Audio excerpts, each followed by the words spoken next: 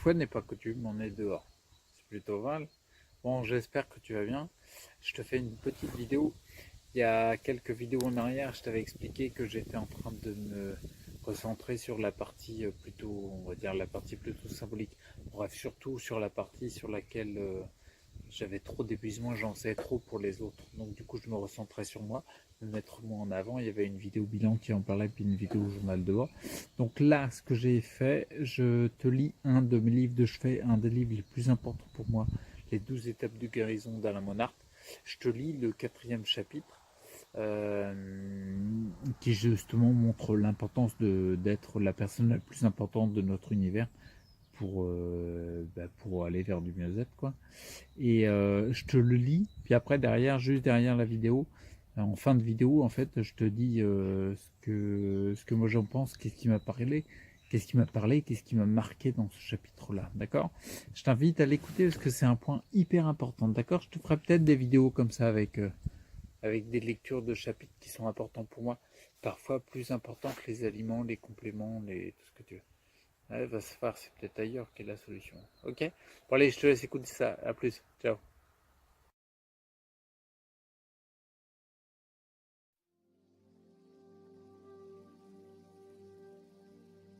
Chapitre 4. Devenir la personne la plus importante. Toutes les personnes que nous avons interviewées disent qu'au cours de leur vie, elles s'étaient perdues en chemin, comme oubliées. Que ce soit en étant complètement orientées vers le bien-être des autres ou totalement focalisées sur un objectif futur, toutes ont fini par ne plus faire attention à elles et particulièrement aux signaux internes du corps. La volonté mentale imposant un mode de vie irrespectueux pour le corps et n'écoutant pas ses protestations. Il y a toujours une bonne raison pour faire un effort de plus, remettre à plus tard ce repos ou ces vacances. Et faute d'être entendu, le corps finit par se taire, jusqu'au moment où il hurle de colère ou de désespoir. Lentement mais sûrement, elles sont devenues les personnes les moins importantes de leur vie. Les enfants, leurs conjoints, le boulot, le statut ou le rôle social passent bien avant ce qui est authentiquement juste et qui est sans cesse remis à plus tard. Cette forme d'oubli de soi est comme un état de transe, un sommeil dont la maladie vient brutalement nous sortir. C'est un réveil brutal. Les survivants exceptionnels ont entendu le réveil comme un appel à se donner une permission de devenir pour le moment la personne la plus importante de leur vie. Tant pis si les chemises ne sont plus repassées impeccablement. Tant pis si la marge bénéficiaire n'atteint pas de chiffres. Tant pis si j'annule cette conférence. L'important, c'est moi, maintenant. Qu'est-ce qui est juste pour moi maintenant ? Cela implique de réapprendre, ou pour certains d'apprendre pour la première fois de leur vie, à aller chercher les réponses à l'intérieur plutôt qu'à l'extérieur, dans leurs sensations internes plutôt que dans le regard des autres. Martine a compris que toute sa vie, depuis qu'elle était toute petite, elle avait toujours cherché l'approbation des autres pour savoir ce qu'elle devait faire pour être quelqu'un de bien. Elle ne fonctionnait qu'en référence externe. Tout ce qu'elle faisait, aimait, portait était décidé par l'extérieur. Parents, famille, collègues, journaux de mode. Le début fut très difficile pour elle. Elle nous raconta la première fois qu'elle se donna la permission d'aller seule dans un restaurant. Le choc qu'elle ressentit lorsqu'on lui demanda ce qu'elle désirait et qu'elle se trouva sans réponse. Elle ne savait en fait pas ce dont son corps avait envie. Elle savait qu'il fallait manger, qu'il fallait équilibrer différents types d'aliments, etc. Avec sa tête. Mais elle n'avait pas accès à ces sensations de base, de type j'aime, j'aime pas, la base d'une référence externe, interne. Fascinée par cette découverte, au cours des mois suivants, elle expérimenta toutes sortes de goûts et saveurs différentes, prêtant attention à ses sensations. 6 mois plus tard, elle invita son mari à déjeuner. Elle l'emmena dans un restaurant pakistanais où elle commanda d'autorité un biryani accompagné d'un palakar paneer et d'un naan, devant son mari complètement interloqué. Il ne reconnaissait plus sa femme. Très inquiet, il mettait ces changements sur le compte de sa maladie, et il n'avait pas tort. Martin a appris à se donner le droit d'annuler un rendez-vous ou une réunion, chose qu'il n'avait jamais faite avant. Il avait toujours tenu ses engagements, même avec une épouvantable migraine qui l'assommait tant bien que mal à coups de calmant. Il a revu ses ambitions à la baisse et s'est débarrassé de tous les projets qui le dévoraient de l'intérieur, ne gardant que ceux qui lui faisaient plaisir. Il s'est aussi donné le droit de changer d'avis sans raison objective. Il s'est rendu compte qu'il avait toujours mesuré sa valeur en se comparant aux autres. Il ne se sentait OK que s'il était plus que l'autre, ce qui revenait en fait à avoir plus que l'autre et à pouvoir le montrer.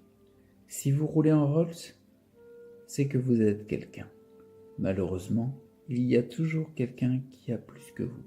Si ce n'est plus dans le voisinage immédiat, c'est alors dans Fortune 500. Martin a déménagé.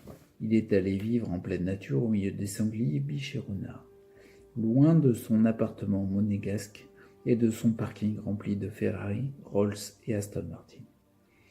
Lui qui vivait au minimum au 20e étage depuis 20 ans, a découvert le plaisir de vivre les pieds sur terre. Sa Rolex est tombée en panne. 3 mois avant, cela l'aurait rendu hystérique de fureur.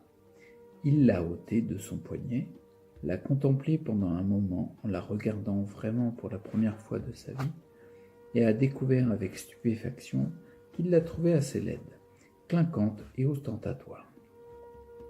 Avec une sensation de jubilation, il l'a mise dans la poubelle, comme un acte symbolisant la fin de la tyrannie de l'appartenance. Puis, il a pris son matériel d'aquarelle et il est parti en balade. Bien sûr, c'est parfois plus facile à dire qu'à faire. Tout d'abord parce que nous pouvons avoir des objections par rapport au fait de ne s'occuper que de soi pour un temps. Pour certains d'entre nous, une telle attitude est associée à de l'égoïsme et heurte nos valeurs.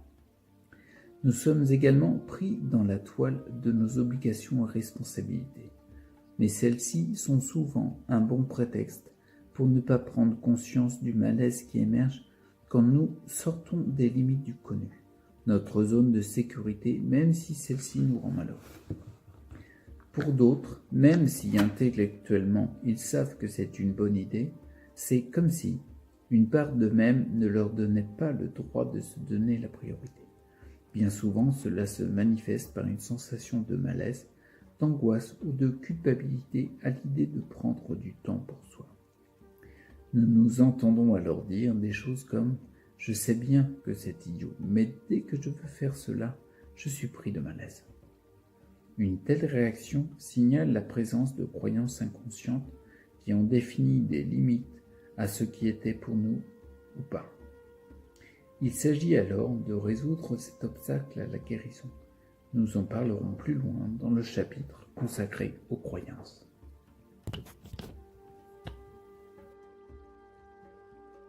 Oui, bon, je te dis par rapport au passage que je t'ai lu, les éléments qui ont percuté en moi. À voir si toi ça a percuté aussi, peut-être différents éléments. Et notamment par rapport à ce que je vis en ce moment.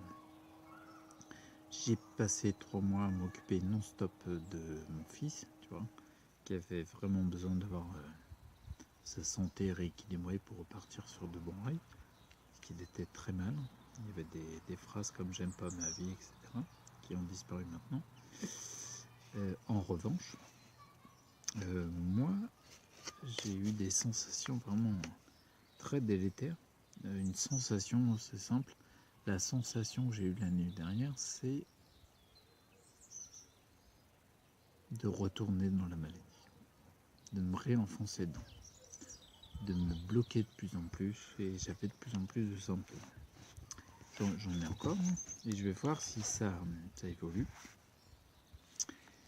Souvent, je dis que l'alimentation, les compléments, etc., c'est pas le plus important forcément. Et là, je pense que j'ai passé plusieurs années, depuis fin 2016, à rééquilibrer ces différents éléments-là, on va dire la prise de conscience d'être la personne la plus importante de sa vie. Et puis là, pendant 3 mois, j'ai laissé cette partie-là de côté. Je parle souvent de curseur à rééquilibrer. Je pense que le curseur sur la partie être la personne la plus importante de sa vie, qui est nécessaire à tout être vivant, je pense que je l'avais rééquilibré, là il est reparti en sucette, quoi. Tu vois, donc bon, je te dis par rapport au texte que j'ai lu, voilà les points les plus, ceux qui m'ont sauté aux yeux, tu vois, les plus lumineux que j'ai vus, les plus frappants, mais le terme que tu veux. Donc, alors attends, je relis vite fait. Ouais, voilà, tu vois.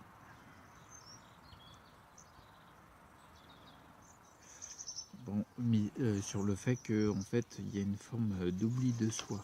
Je parle après, ici. Voilà, cette forme d'oubli de soi est comme un état de transe, en sommeil, etc. Juste l'oubli de soi. Voilà, c'est le terme qui m'a frappé en premier. Si je ressens ça exactement, quoi. Et ça, je pense que n'importe quel complément, aliment, ou tuer n'importe quel virus et tout, c'est dans ton état d'esprit que ça change, quoi. Et je pense que c'est important, d'accord? Il y avait, par exemple, voilà, lentement mais sûrement, elles sont devenues les personnes les moins importantes de leur vie. Puis après, il y a, exemple, tu vois, les enfants, le conjoint, le boulot, statut ou rôle social, etc. Passant bien avant soi, en fait. Et ça, c'est l'élément le plus important, je crois. Pour moi, ça me parle beaucoup. Tu vois, notamment, tu vois, pendant 3 mois, là, ouais, 2 mois et demi, 3 mois, j'ai été vachement pour mon fiston, quoi. Il y a c'est clair, il y a un oubli de soi, quoi. Qui je suis pour m'oublier moi-même, tu vois. Donc, alors là, tu rentres dans un délire. Ah oui, mais un délire qui est vachement vrai, quoi. Qui est vachement réel, palpable, même pratiquement. Le mec, il s'oublie pour les autres. Enfin, on s'en fout, il n'y a pas à juger, dire c'est complètement con ou je sais pas quoi.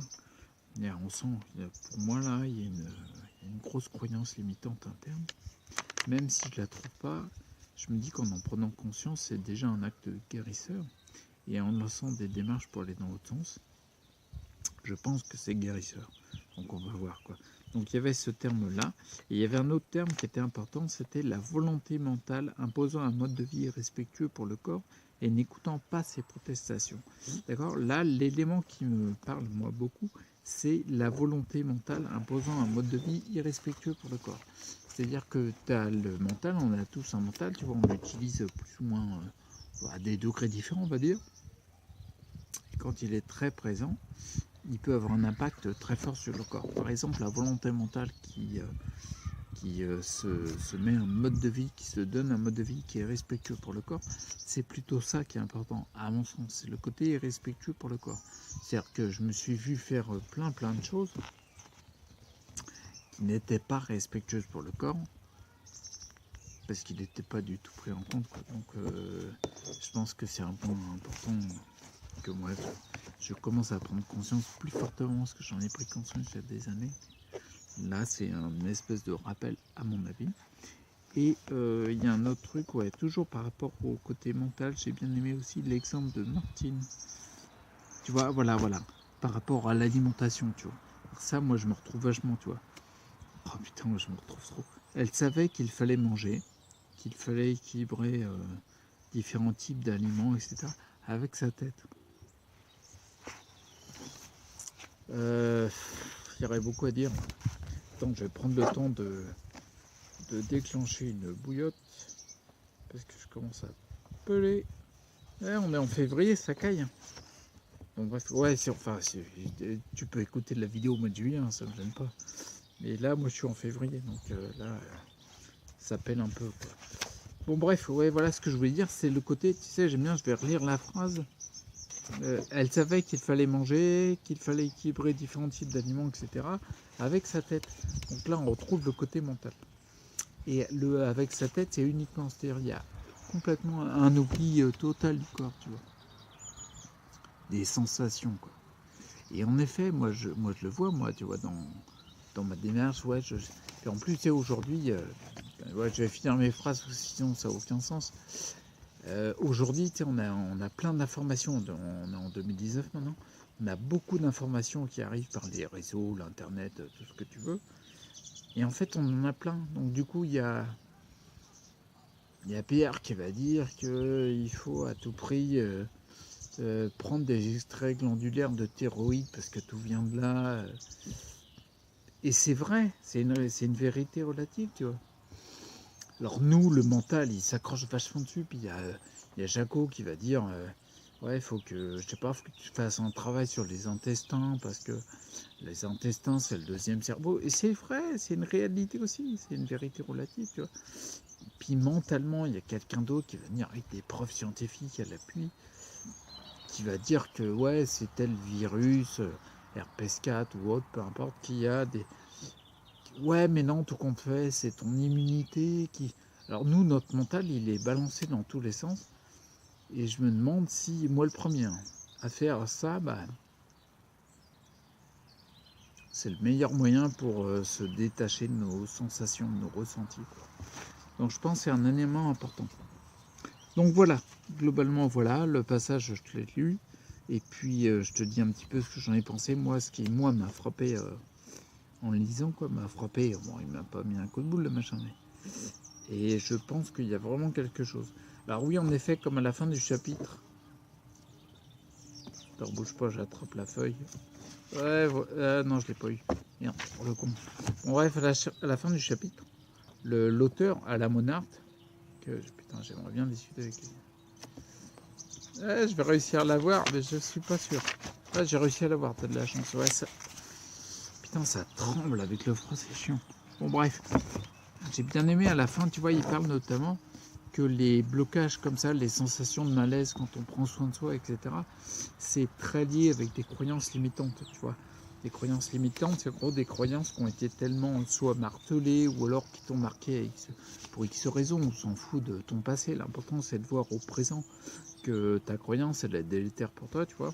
Cette croyance limitante, ça peut être judicieux, j'ai envie de dire, de mettre le doigt dessus pour de la détecter pour pouvoir, comment dire,